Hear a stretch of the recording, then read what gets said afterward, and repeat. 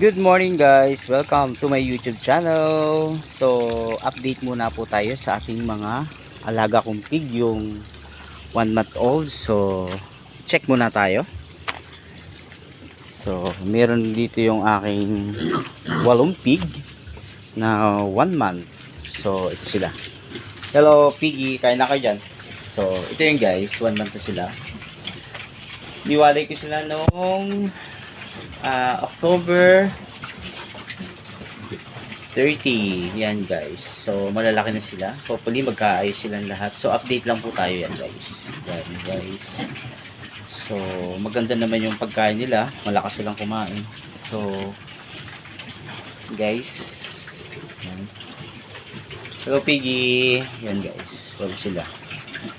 Tapos, lipat naman tayo sa ibang kulungan. So, update ko rin yung gagawin kong dalawang inahin. So, malaki na rin sila. Guys, yan, dalawang pig. Yung dadali kong mother piggy. Dalawang mother piggy. Yan, guys. So, yan. So, ang kain po nila is starter. Starter na sila. So, yan, guys. So, may lahat yan, halos babae. Isa lang po ang lalaki. Yan, guys. Ayan, mga mother piggy. Yan. So, yan. Bitin pa sila sa pagkain nila. So, dadagdagan ko mula uli sila ng starter. Starter pig. Yan guys. Yun. So, pag ganito guys, yung daw starter, wag nating titibay kasi ito pinakang foundation nila dun sa kanilang paglaki. So, yan. So, nagunahan sila guys. Yan. So, guys, yan. Ayan guys, tiwala lang. Sana pareho tayong maging successful sa pag-alaga ng mga pig. Ayan guys, yun. So talagang binubusog ko sila guys para yung starter, pinaka-foundation nila yun. Yung foundation, pag sinabing foundation, dyan yung kumukuha sila ng paglaki ng mga body nila. So dapat hindi sila titipirin. Pero alalay din, baka naman magtai yan. Ayan guys, hello pig. Yan, ganda na sila. Ayan guys.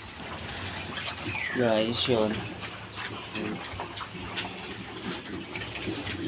So 1 month ko lang po na sila ngayon. 1 month and 2 days or 3 days yan. Ayan guys.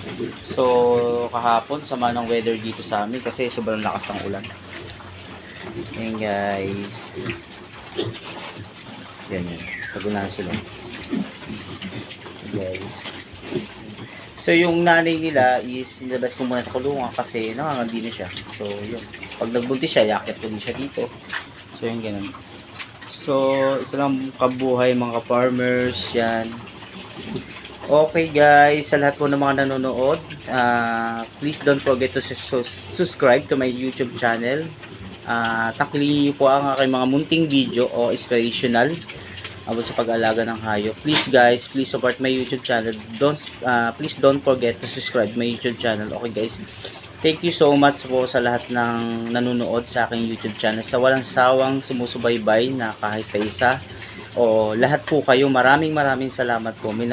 Tinatanong ko malaking utang na loob po sa inyong lahat. Thank you so much guys. Bye bye.